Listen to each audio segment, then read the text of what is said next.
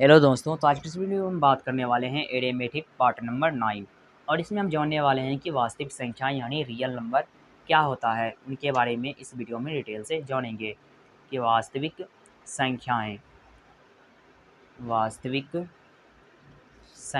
क्या होती हैं। वास्तविक संख्याएं जो है इसको हम इंग्लिश में कहेंगे रियल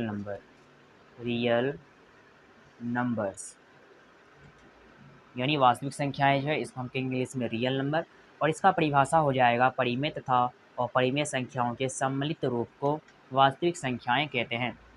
इसमें हम डिफिनेशन लिखेंगे परिमेय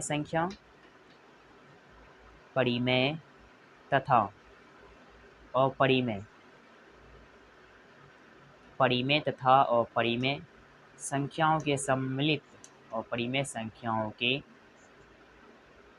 संख्याओं के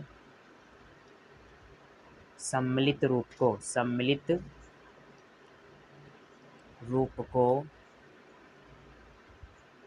वास्तविक संख्या कहते हैं।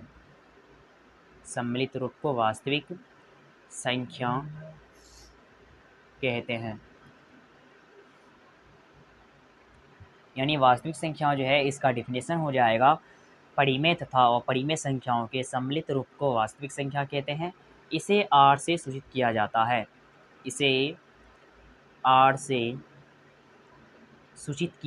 है। सूचित किया जाता है। अब हम समझेंगे, ये तो समझ गए कि वास्तविक संख्या का मतलब जिसमें परिमेय और अपरिमेय दोनों संख्याएं हो उसे हम कहेंगे वास्तविक संख्या, और इसे R से सूचित करेंगे। और इसमें एक चीज़ है कि संख्याओं का विस्तार कैसे कैसे हुआ और इसके अंतर्गत कितने चीज़ हैं, फंडामेंटल चीज़ हैं, उन सारी चीज़ों के बारे में। यानी संख्याओं को क्या कहेंगे, नंबर्स। ये जो संख्याएं हैं, टोटल संख्याएं कितना है उसके बारे में समझेंगे। संख्याएं जो है यह दो प्रकार के होते हैं। संख्याएं इस तरह से दो प्रकार के, जिसमें से कि पहला है वास्तविक संख्या, ये हमारा पहला है। और दूसरा जो है वो है यहाँ पे अवास्तविक या फिर इसी को कह सकते हैं काल्पनिक। वास्तविक अवास्तविक कहिए या फिर काल्पनिक संख्या कहिए, बात एक ही है, इसी का दूसरा नाम है। अब फिर ये जो वास्तविक संख्या है इनसे कितना निकला उसके बारे में हम जानना चाहेंगे। ये जो वास्तविक संख्या है इनसे निकले हैं दो। वास्तविक संख्या जो है इनसे कितना हुआ, दो। वो कौन कौन है दो उसके बारे में हम समझेंगे।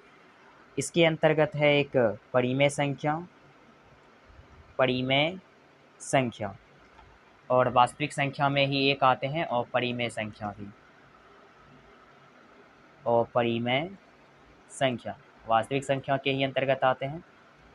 अपरिमेय संख्या ये तो हो गया कि वास्तविक संख्या में परिमेय संख्या और अपरिमेय संख्या। संख्या में कितना है, वास्तविक और काल्पनिक, और वास्तविक संख्या में परिमेय और अपरिमेय संख्याएं। ये तो हम समझ गए। अब फिर अपरिमेय संख्याओं का कोई भी शाखा नहीं है, लेकिन परिमेय संख्या का है, तो हम इसका बताना चाहेंगे परिमेय संख्या का शाखा। तो परिमेय संख्या के अंतर्गत दो संख्याएं आते हैं।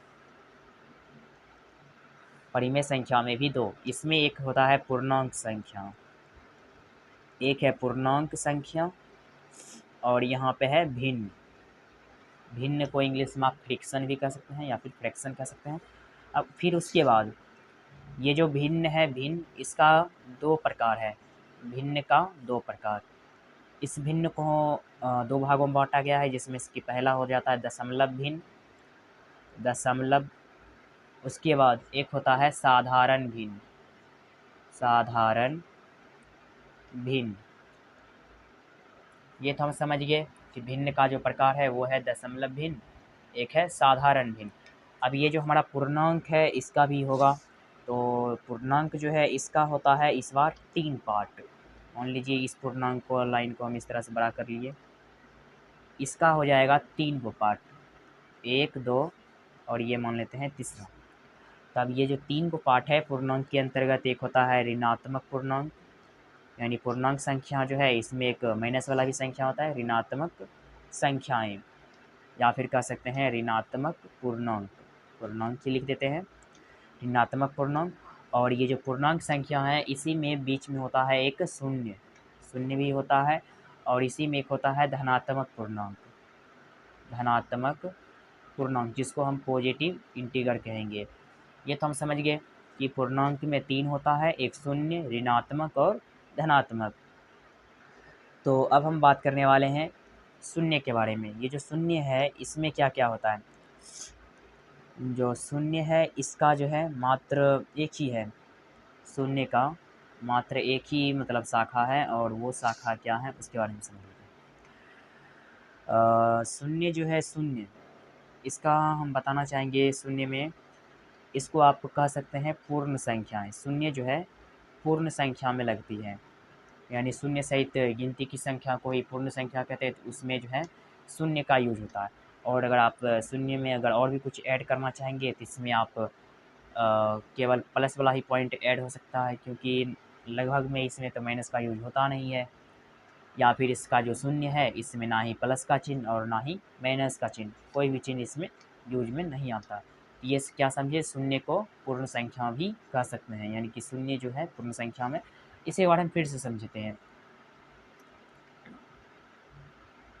आप यहाँ पे देखिए संख्या है, संख्या को दो भागों में बांटा गया है, जिसमें कि पहला वास्तविक, दूसरा अवास्तविक। फिर वास्तविक का भी दो भेद है, परिमेय और अपरिमेय। फिर परिमेय से निकला पूर्णांक और भिन्न।